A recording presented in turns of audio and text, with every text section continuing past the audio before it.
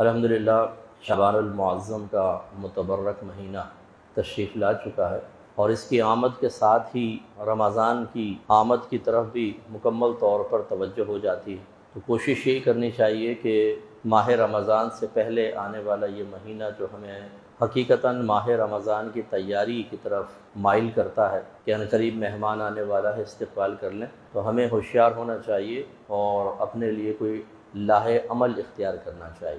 اس کے لیے سب سے پہلی چیز اپنا احتساب ہوتا ہے کہ ہم کس طرح کی زندگی گزار رہے ہیں، اور اس کو اگر ہم نے شعبان میں کنٹرول نہیں کیا تو رمضان میں یقیناً وہی سلسلہ جاری و ساری رہے گا۔ اگر وقتی طور پہ رکا بھی، جیسے شروع کے کچھ دنوں میں انسان تھوڑا سا ماحول کی اچانک روحانی تبدیلی کی بنا پر اپنے اندر تبدیلی محسوس کر لیتا ہے اور اس میں بظاہر کامیاب بھی ہو جاتا ہے، لیکن وہ کامیابی 2 3 4 5 6 روز سے زیادہ نہیں ہوتی، اور پھر انسان اسی سابقہ روٹین کی طرف آ جاتا ہے۔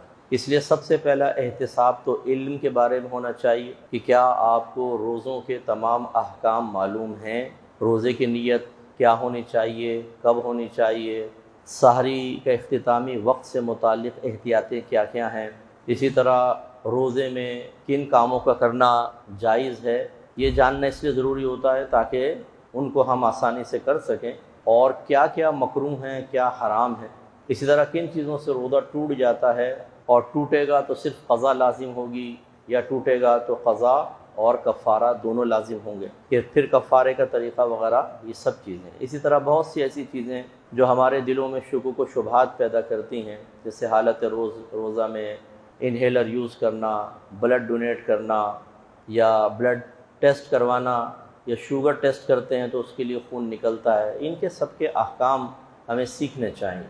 تو پھر یہ علمی اعتبار سے مسائل کی روشنی میں کافی حد تک ہم اپنے روزوں کو اچھے انداز سے گزار سکتے ہیں۔ دوسری چیز جو ہوتی ہے احتساب اپنی روحانی تربیت کے اعتبار سے۔ اگر بیجا غصہ ہے، اگر روح گندگی کی طرف زیادہ مائل ہے، خراب چیزیں دیکھنا، خراب چیزیں سننا، خراب صحبت میں بیٹھنا، یہ روحانی گندگی کی علامت ہوتی ہے کہ انسان آسانی سے گندگی اور خرابی کو قبول کر لے۔ یہ ایک سمجھ لیں ایک آئینہ ہے جو ہم اپنے سامنے رکھ سکتے ہیں کہ اگر ہم برائی کو جلدی قبول کر لیتے ہیں تو اس کا مطلب ہے روحانی کمزوریاں ہیں، روح ہماری گندی ہے، غلیظ ہے، اس کو صاف کرنے کی ضرورت ہے۔ اور اگر برائی کو قبول کرنا بہت مشکل سے ہوتا ہے، دشوار ہوتا ہے، تو اس کا مطلب ہے کہ روحانی صفائی حاصل ہے۔ جو روزوں کے بارے میں کہا جاتا ہے جی روحانی صفائی کا اہتمام کر دیتے ہیں، وہ صفائی تو اس وقت ہو جب انسان گندگی سے بچے۔ اب آپ کہیں کہ جی یہ جھاڑو لے لی، پوچھا لے لیا اور دیگر چیزیں، اس سے صفائی ہو جاتی ہے، لیکن گندگی بکھیرتے رہیں، جتنا سمیٹیں اس سے زیادہ بکھیر دیں، تو صفائی کیسے ہوگی؟ صفائی کے آلات کا پاس موجود ہونا یہ اس بات کا تقاضا نہیں کرتا کہ آپ گندگی کے معاملے میں غیر محتاط ہو جائیں، صفائیاں حاصل ہوتی رہیں گی، ایسا نہیں ہو۔ تو اس لیے ہمیں اپنا احتساب کرنا چاہیے کہ کس کی صحبت میں رہتے ہیں۔ ایسے دوستوں کے اگر رہتے ہیں جو بکورے قسم کے ہوں، گالیاں بکتے ہوں، گندی فحش باتیں کرتے ہوں، تو ہمیں شعبان میں تھوڑا سا ان سے کنارہ کشی اختیار کرنی چاہیے۔ ایسی اگر آپ نے ٹک ٹاک وغیرہ جوائن کیا ہوا ہے، یا آپ یوٹیوب دیکھتے ہیں اور الٹی سیدھی کلپس وغیرہ دیکھتے ہیں، ان سب سے آپ کنارہ کشی اختیار کریں۔ نہیں کریں گے تو حالت روزہ میں بھی نگاہیں بہکیں گی، اور نفس بے چین ہو کر ہمیں ان چیزوں کی طرف لے جائے گا کہ جن کو دیکھنے کے بعد روزے کی روحانیت اور نورانیت بالکل ختم ہو جاتی ہے، ایک ڈھانچہ رہ جائے گا اور روح ختم ہو جائے گی۔ اسی طریقے سے جیسے آپ کو عرض کیا، اپنے طبیعت پہ کنٹرول ہمیں کرنا چاہیے۔ اگر غصے کے عادی ہیں تو غصہ ضبط کرنے کی عادت پیدا کرنا شروع کرنی چاہیے۔ اور ضبط کا مطلب کیا ہوتا ہے کہ جب غصہ آئے تو انسان زبان کو، نگاہوں کو، ہاتھوں کو، پیروں کو اور اپنے دل کو قابو میں کر لے، اظہار نہ ہونے دے غصے۔ غصہ آنا برا نہیں ہوتا، غصہ تو آتا ہے۔ اچھا، اظہار بھی دو طرح کا ہوتا ہے، ایک کہ جس پہ غصہ آیا اس پہ آپ نے اظہار کر دیا، یہ اکثر دل آزاری کا سبب بنتا ہے، اس میں احتیاط کرنی چاہیے۔ ایک ہے کہ آپ کو غصہ آیا، کمرے میں چلے جائیں اور تکیے کو پکڑ کے خوب مار لیں، آپ اس پہ غصہ اتار لیں، یہ نہ گناہ ہے نہ کچھ ہے، آپ کا غصہ بھی اتر جائے گا اور کسی کی دل آزاری بھی نہیں ہوگی۔ تو یوں اگر آپ کو کسی کے اوپر غصہ آتا ہے اور آپ اس کے اوپر نہیں بلکہ کہیں اور کنٹرول نہیں کر پا رہے اور سمجھتے ہیں کہ باہر نہیں نکلے گا، یہ غبار تو مجھے تکلیف دے گا، تو تھوڑا سا نکال لیں سائڈ وائڈ میں ہو کے، لیکن یوں نہ کریں کہ آپ نے روزہ رکھا تو جیسے پورے گھر والوں پہ احسان کیا ہوا ہے، بیوی پہ روب جما رہے ہیں، بچوں کو ڈانٹ رہے ہیں، او شور مت کرو، ابا نے روزہ رکھا ہوا ہے۔ بھئی ابا نے کون سا کمال کیا، پوری دنیا نے روزہ رکھا ہوا ہے، تم یہاں نو کے آ گئے ہو، یہاں پر پورے گھر کا سکون برباد کر دیا، مصیبت کر دی پورے گھر والوں کے لیے، بیوی پریشان، بچے پریشان، کریں تو کریں کیا؟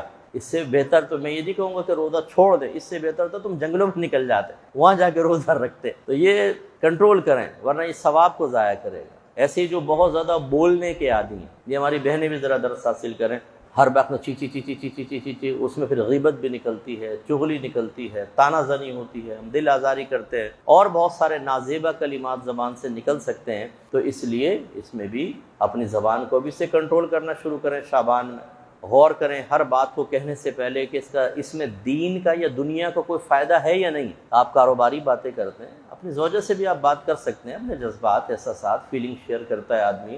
10 خاندانی باتیں ہوتی ہیں جو غیبت چغلی پر مشتمل نہ ہو، وہ آپ کر سکتے ہیں۔ یہ نہیں کہ آپ نے بالکل ہی منہ بند کر لیا، اب سامنے والے سب پریشان بیٹھے ہوئے ہیں بیچارے، وہ اپنا معافی ضمیر بیان کرنا چاہتے ہیں، آپ منہ کر کے ان کو خاموش کروائیں۔ تو یہ اس طرح کی خاموشی جو سامنے والوں کو کوفت اور اذیت میں مبتلا کر دے، اسے اگر آپ سنت سمجھتے ہیں تو پھر یہ بالکل غلط چیز ہے، یہ کوئی سنت نہیں۔ میرے آقا نے خاموشی ضرور اختیار کی، لیکن کبھی ایسا ہوا کہ صحابہ سوال کر رہے ہیں، سرکار ازواج مطہرات نے کچھ کیا اور کر دیا ہو سرکار؟ نہیں، مکمل جواب۔ آپ حدیثیں پڑھیں نا، ہمیشہ دین کو قرآن و حدیث پڑھ کر بھی سمجھیں، صرف مجھ سے نہ سمجھیں، صرف کسی پیر صاحب سے نہ سمجھیں، صرف کسی یوٹیوب کے عالم سے نہ سمجھیں۔ وہ اپنی سوچ، اپنی فکر اس کو بھی اس میں ڈال دیتا ہے اور پھر ایک نتیجہ مرتب کر کے آپ کو بتا رہا ہوتا ہے جو بعض اوقات اصل دین سے ٹکرا رہا ہوتا ہے۔ ہر ایک کی سوچ میں گہرائی ہو، ہر ایک صحیح نتیجے نکال رہا ہو، یہ ضروری نہیں ہوتا۔ ہم چونکہ اس فیلڈ کے آدمی ہمیں پتہ ہے کہ بہت سے علماء کہلانے والے بیان کر رہے ہوتے ہیں اور اتنے سطحی قسم کے رزلٹ نکال کے پبلک کو آزمائش میں ڈال رہے ہوتے ہیں کہ الامان والحفیظ،